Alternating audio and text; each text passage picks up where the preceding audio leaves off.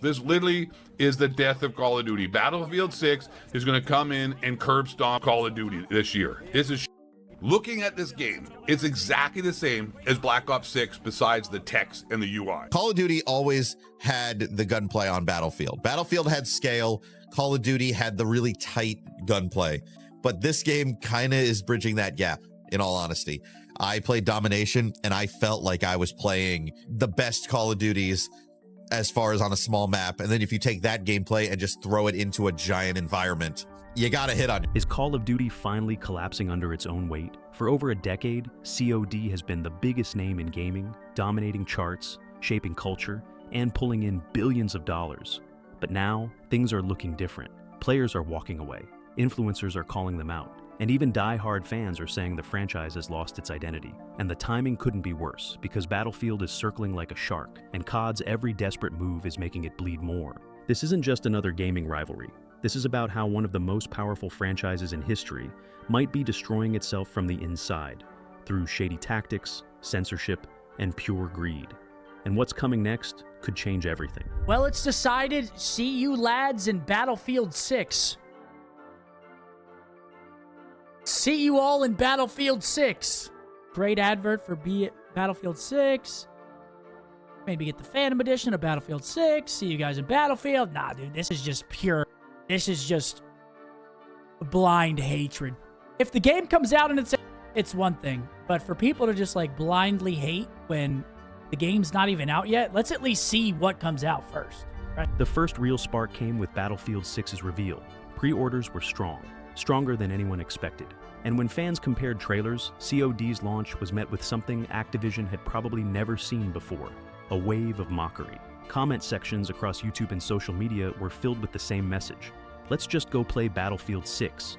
The energy was brutal. Instead of excitement, COD's trailer became a meme, with fans openly saying Battlefield felt fresh while COD looked recycled. Now, normally, a franchise like Call of Duty can brush this off. They've been through hate cycles before. But this time, it stung. Because for the first time in years, Battlefield wasn't just competing. It looked like it could actually win.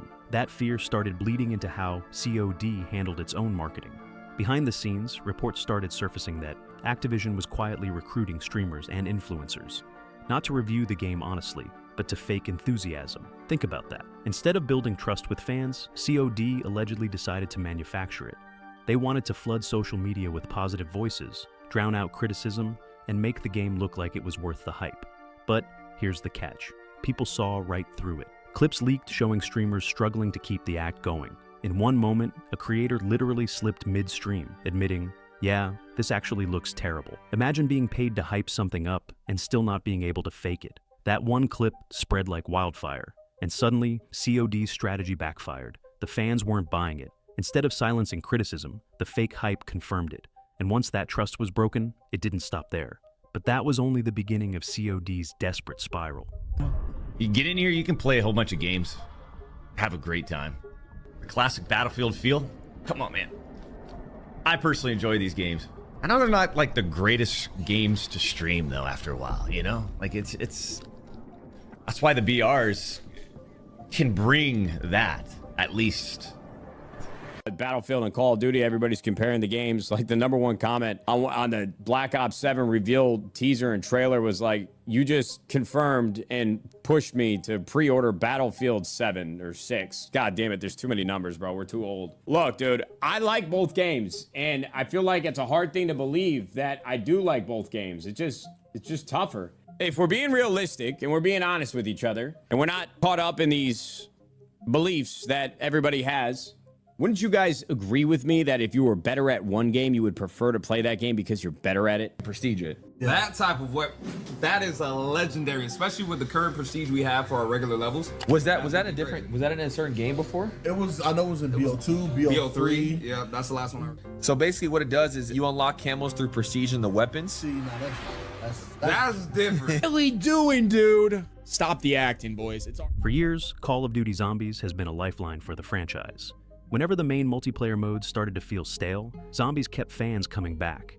It wasn't just a side mode, it became its own universe, with lore, Easter eggs, and a community that was fiercely loyal. But now, that community feels abandoned. At COD Next, longtime creators like Mr. Rafflewaffles and Mr. Dalek JD, both known for their deep ties to zombies, were reportedly pressured to stop focusing on zombies and shift their attention to Warzone. Think about how bizarre that is. These are creators who built their entire careers around zombies, who brought millions of fans into that world. And Activision basically told them, yeah, forget about that. Push Warzone instead. Fans were stunned. Zombies wasn't just a mode, it was part of COD's DNA. It's been around since World at War back in 2008. That's over 15 years of history, of stories, of nostalgia. And yet, Activision's message was clear. Warzone is the future, zombies is disposable. The move didn't just frustrate fans, it humiliated the creators who had been loyal to COD for years. Imagine dedicating your entire brand to something, only for the publisher to turn around and say, that doesn't matter anymore. Push what we tell you to push. It was a slap in the face, and the community noticed.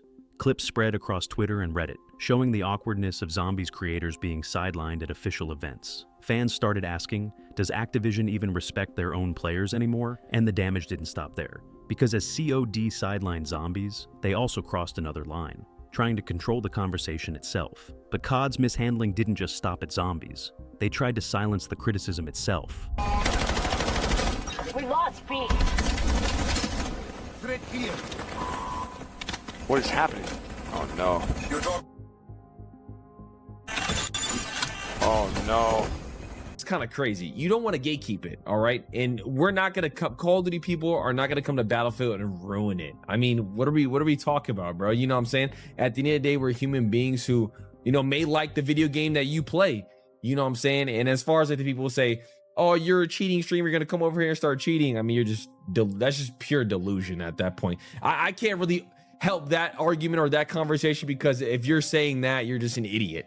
You're just dumb. I'm just sorry, you're just dumb. But like I said, I'm just another human being who just had fun playing the game. I really did have fun playing Battlefield 6. When the COD Next event came around, this issue exploded. The event was supposed to be a celebration, a way to show off the new era of Call of Duty and convince fans that the franchise still had it. Instead, it exposed just how shaky things had become. Multiple streamers invited to the event admitted, some live, some off camera, that they were coached to keep the energy positive. COD's reps didn't want honest reactions. They wanted hype at any cost. One clip that went viral showed a creator stumbling over their words when asked what they thought of the new Warzone update. They started with the safe line.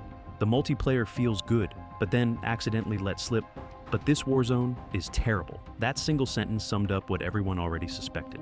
COD was paying people to fake positivity, and even then, the cracks were showing. Fans weren't shocked that COD was struggling. They were shocked at how desperate it had become. The idea that one of the biggest gaming giants in history was leaning on forced hype instead of fixing the core problems, that hit different. And the timing couldn't have been worse. Battlefield was sitting on the horizon, looking stronger and more confident than ever. COD wasn't just competing anymore. It was on the defensive. But things went deeper than fake hype. Because if lying to the audience wasn't bad enough, COD also started alienating the very community that had supported them for years. And that's where things really started to get ugly. And if that wasn't enough, COD started stepping on its own loyal fan base. This is where things went from desperate to downright shady. After one event, Mr. Rafflewaffles uploaded a video that showed what really happened, how Zombies creators were being pushed aside in favor of Warzone. The video went viral fast, and Activision panicked. According to Rafflewaffles himself, Activision reached out directly and asked him to take the video down. Let that sink in. Instead of addressing the actual issue, they wanted to erase the evidence. Rafflewaffles refused, pointing out that Activision was overstepping. As a creator and part of the gaming press, it wasn't their place to dictate what he could or couldn't say. Other journalists he spoke with agreed. COD was crossing the line into outright censorship. Fans rallied behind him. They saw this as proof that COD wasn't just ignoring criticism. They were actively trying to bury it. And if you know gaming culture, that's the fastest way to destroy trust. The irony? By trying to silence the video, Activision only made the controversy louder. Clips spread even faster. Memes exploded. And suddenly, COD wasn't just seen as desperate. It was seen as manipulative. This wasn't about protecting a brand anymore. It was about trying to control reality itself. And for fans, that was the last straw. Because here's the thing. Players can forgive a bad game. They can even forgive a weak year. But once they feel like they're being lied to, manipulated, or censored, that's the point of no return. And while they were trying to silence creators, another fire was spreading. Having fun? Oh no, bro. Absolutely not. It's getting even worse. It's so bad. It is so bad right now.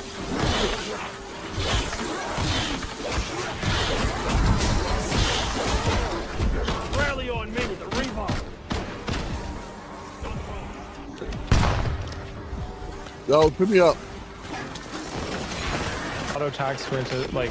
If there's one mode Activision has been betting everything on, it's Warzone. When it first dropped, Warzone felt like a breath of fresh air. Free to play, massive maps, and a way to compete with Fortnite and Apex Legends. For a while, it worked. Warzone became a phenomenon. But the problem with chasing trends is that trends move fast. Fortnite kept evolving, Apex built its niche, and Warzone, it started to feel bloated. Bugs, cheaters, recycled mechanics. The hype slowly faded. So what did Activision do? Instead of improving the core modes that fans had been begging for, like campaign, zombies, and classic multiplayer, they doubled down on Warzone. They poured everything into pushing it as the future of COD. And this is where things really started to feel wrong. Because Warzone isn't just a game mode. For Activision, it became a cash machine. Microtransactions exploded. Skins that used to cost $2 now cost $20. Bundles locked content behind paywalls. And worst of all, many of these purchases didn't even carry over properly across weapons or seasons. Fans weren't just frustrated, they felt robbed. Players began comparing the value to older CODs. Back in the day, you'd pay $2 for a skin that worked on every gun in the game. Now, you drop $20 and only get it for a handful of weapons. Inflation doesn't explain that. It's just greed. And while Activision was squeezing every dollar from Warzone, they were quietly letting zombies wither away. They sidelined campaign improvements. Multiplayer became a copy-paste of older titles. COD stopped feeling like COD. It started feeling like a storefront disguised as a shooter. But here's where it gets even worse. Because even with all that money flowing in, Warzone wasn't hitting the numbers Activision wanted. Engagement was down, streamers were dropping it, and casual players were walking away. I've already taken over the Black Ops 7 beta. We are supposed to get an updated anti-cheat in Black Ops 7, but day one of the BO7 beta, this happened. As you can see, this cheater already has the hacking toolbar pulled up and is just going crazy with aimbot and walls. So I guess this game is officially cooked. Battlefield 6, here we come, haha! The Black Ops 7 Warzone update is at. No, it's at. And the multiplayer is good though. So Activision tried to force the narrative. They leaned on creators. They buried criticism. They pushed events where Warzone was front and center, no matter how much fans begged for zombies or better multiplayer maps. It didn't matter. The trust was gone. And when trust goes, reputation follows. But behind the scenes, it's even darker, because COD might be more desperate than anyone thought. This is the part that stings the most for longtime fans. Because Call of Duty wasn't just a game. It was a cultural giant. Midnight releases, LAN parties, hours spent grinding prestige levels with your friends. COD wasn't just entertainment, it was a lifestyle. But now, the magic is gone. Year after year, fans see the same recycled engine, the same mechanics, the same overpriced cosmetics. And worse, they see a company that seems to care more about perception than quality. Remember when COD pressured creators to delete negative videos? Remember when paid streamers couldn't even fake enthusiasm? These weren't isolated incidents, they became a pattern. And once you see the pattern, it's impossible to unsee. Even loyalists are reaching their breaking point. Players who stuck around through the ups and downs are now openly asking if COD has lost its soul. Memes calling the franchise Copy of Duty and Cash of Duty spread across Reddit.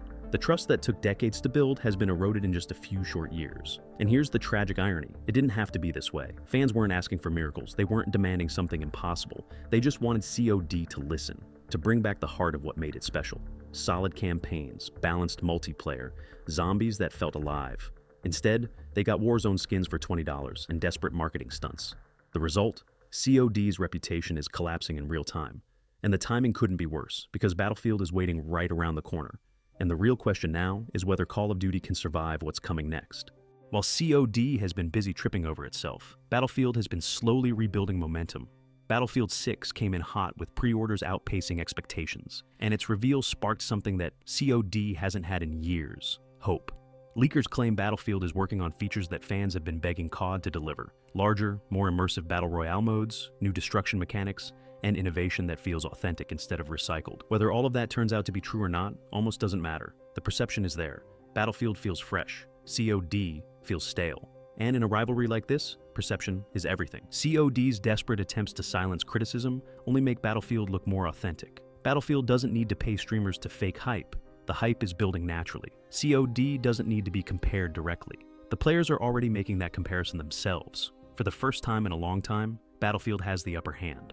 And if its Battle Royale mode even comes close to delivering on the hype, Warzone could be in serious trouble. Because let's be real, if players don't trust COD anymore, why would they keep paying $20 for a skin when Battlefield offers something fresh, exciting, and honest? But if Battlefield rises, will COD finally learn its lesson? At the end of the day, Call of Duty is at a crossroads. It can keep chasing trends, silencing critics, and squeezing fans with overpriced microtransactions.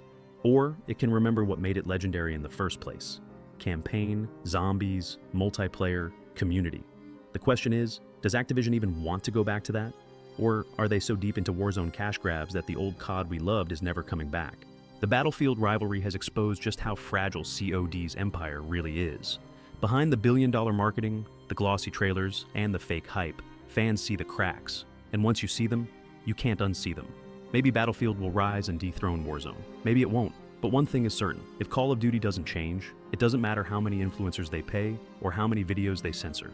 The players are done being fooled. So maybe, just maybe, COD deserves to lose. Maybe it needs to be humbled so it can remember what real gaming passion looks like. What do you think? Is Call of Duty too far gone, or can it still recover if it finally listens to the fans? Drop your thoughts below. I want to know where you stand. And if you're ready for the Battlefield versus COD war that's coming, hit that like button and subscribe, because this is only the beginning.